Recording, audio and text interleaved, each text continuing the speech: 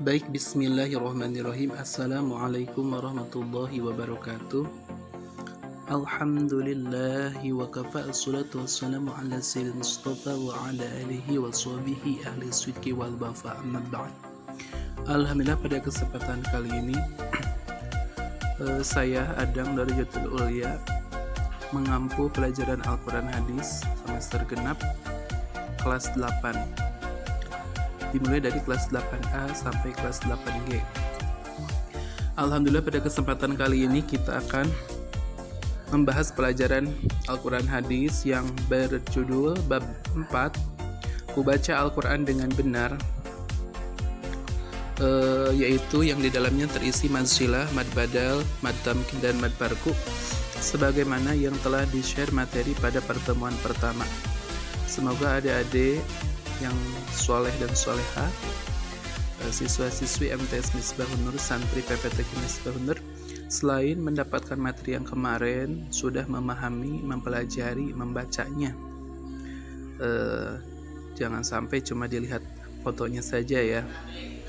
Semoga adik bisa dapat memahaminya dan kita kuatkan kembali pada pertemuan ini, yaitu tentang mad silah, mad badal, mad tamkin, dan mad barku yang kemarin di-share dua macam, yaitu mad silah dan mad badal.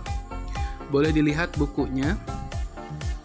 Namun sebelumnya, apa kabar semuanya adik-adik dimulai dari kelas 8A sampai kelas 8G? Semoga kabar adik-adik sekalian berada dalam lindungan Allah Subhanahu, berada dalam kesehatan dan lindungan Allah Subhanahu wa taala. Amin ya Allah ya rabbal alamin. Yang pertama adalah mad silah. Hukum bacaan mad silah. Baik, kita lihat. Mad silah yang pertama dari segi bahasa, mad silah adalah mad itu artinya panjang. Mad itu artinya panjang. Silah itu artinya hubungan. Jadi mad silah menurut istilah adalah mad itu panjang, silah itu hubungan. Jadi menurut istilah yang dimakan mad silah itu apa? Setiap ha domir berharkat doma. Contoh, hu, ataupun berharkat kasroh seperti hi, yang terletak di akhir kata dibaca waqf, tidak dibaca sambung dengan huruf berikutnya, dan sebelumnya adalah huruf yang berharkat hidup, bukan mad. Yang berharkat hidup bukan mad, artinya bukan huruf mad. Karena ketika huruf mad bertemu ha itu tidak menjadi mad silah, dan dibaca waqaf itu bukan mad silah ya. Jadi sekali lagi, itu setiap hu atau hi, hu, hi, contohnya lahu ataupun bihi, yang di akhir kata seperti lahu, bihi. Nah, dan tidak dibaca waqaf, tidak dibaca lah, tidak dibaca bih, tidak dibaca sambung, disambungkan dengan huruf berikutnya. Artinya apa? Berada di akhir kalimat, bukan di tengah ataupun di awal kalimat, dan sebelumnya bukan huruf mad. Jadi sebelumnya huruf yang berharkat, huruf hidup, bukan huruf mad. Seperti lahu, huruf sebelumnya adalah la, berharkat fathah, huruf hidup, dan bihi, yaitu bi, ya, hurufnya, bukan huruf mad. Itu yang dinamakan mad silah. Lahu, bihi. Seperti halnya yang tadi, mad silah itu terbagi dua. Ada yang dinamakan mad silah qasirah, ada yang dinamakan mad silah tawilah. Mad silah qasirah itu adalah mad silah, mad panjang, silah berhubungan. Qasirah itu pendek, yang hubungannya pendek, artinya kedekatannya itu yang panjangnya itu satu alif atau dua harkat. Cirinya adalah seperti yang tadi, setelah ha domir itu terletak, setelah ha domir itu ada hamzah. Maaf, setelah ha domir itu tidak ada hamzah. Jadi ha yang terletak di akhir kalimat tidak dibaca waqaf, tidak disambungkan dengan huruf berikutnya dan sebelumnya, bukan huruf mad, melainkan huruf yang berharkat atau huruf hidup, dan huruf yang sesudahnya adalah bukan huruf hamzah. Jadi tidak ada hamzah setelahnya, seperti lahu, bihi. Nah, ataupun contoh di sini seperti contoh yang ada pada surah Al-Baqarah ayat 255 yang berbunyi la ta'khuduhu. Di sini ada La ta'huduhu. Nah, di sini ada la ta'huduhu yang menjadi contohnya adalah hu-nya. Hu berada di akhir kalimat. Lalu sebelumnya bukan huruf mad, tidak dibaca waqaf, tidak disambungkan dengan huruf setelahnya, artinya berada di akhir kalimat. Dan setelah hu tidak ada hamzah, itu namanya mad silah qasirah yang panjangnya satu alif atau dua harakat. Yang kedua ataupun contohnya seperti lahu. Contohnya seperti lahu ma. Yang kedua lahu juga sama. Contoh mad silah qasirah karena ada hu dan setelah hu tidak ada hamzah. Nah, mungkin itu contoh mad silah qasirah. Semoga dapat dipahami. Yang kedua, ada yang dinamakan mad silah tawilah.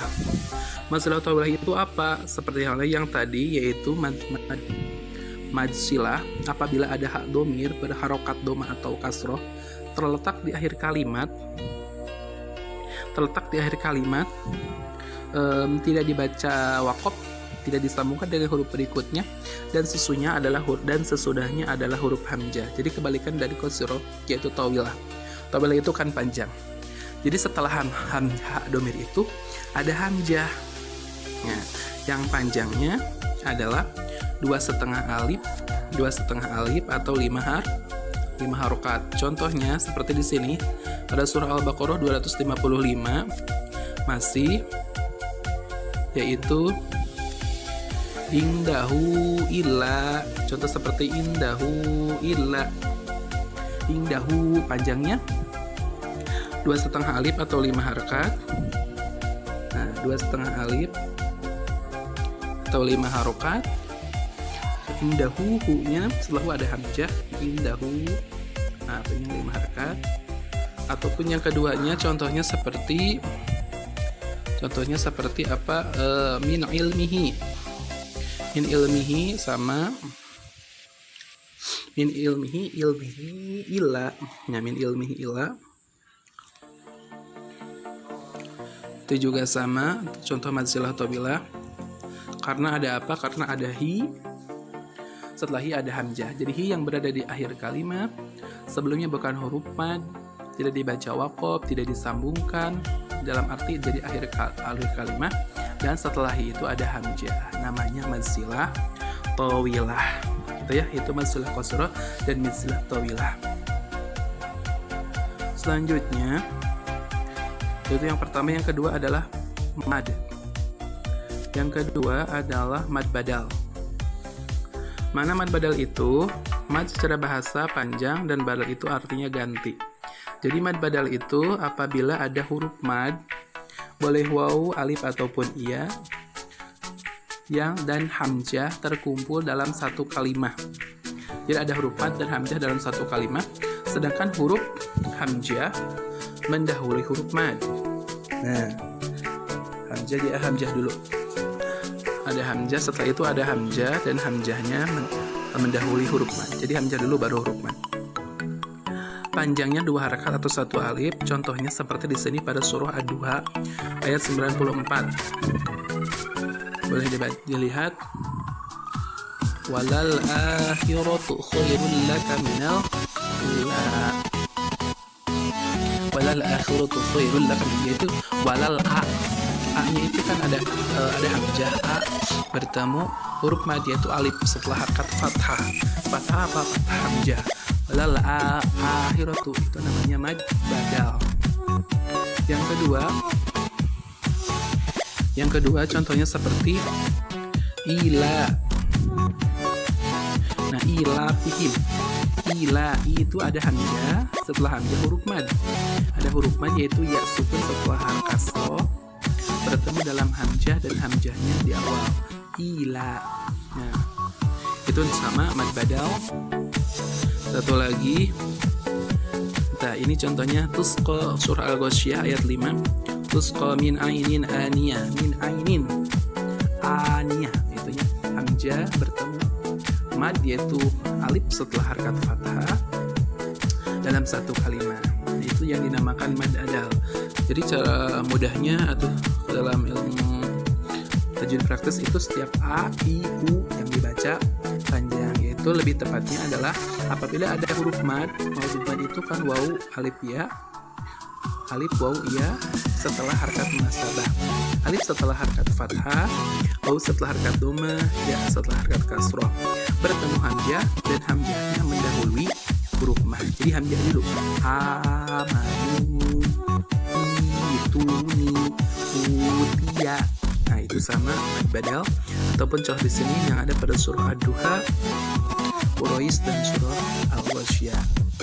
Itu penjelasan mengenai mad badal sebagaimana yang telah di-share kemarin. Semoga seluruh siswa-siswi MTS Misbah Nur dapat memahami tentang mad badal, tentang mad silah, yaitu mad silah qasrah, mad silah tawilah, dan mad badal.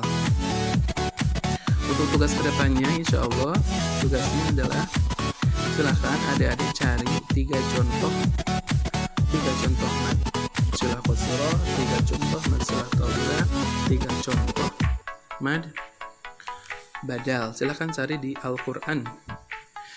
Sertakan ayat dan surahnya.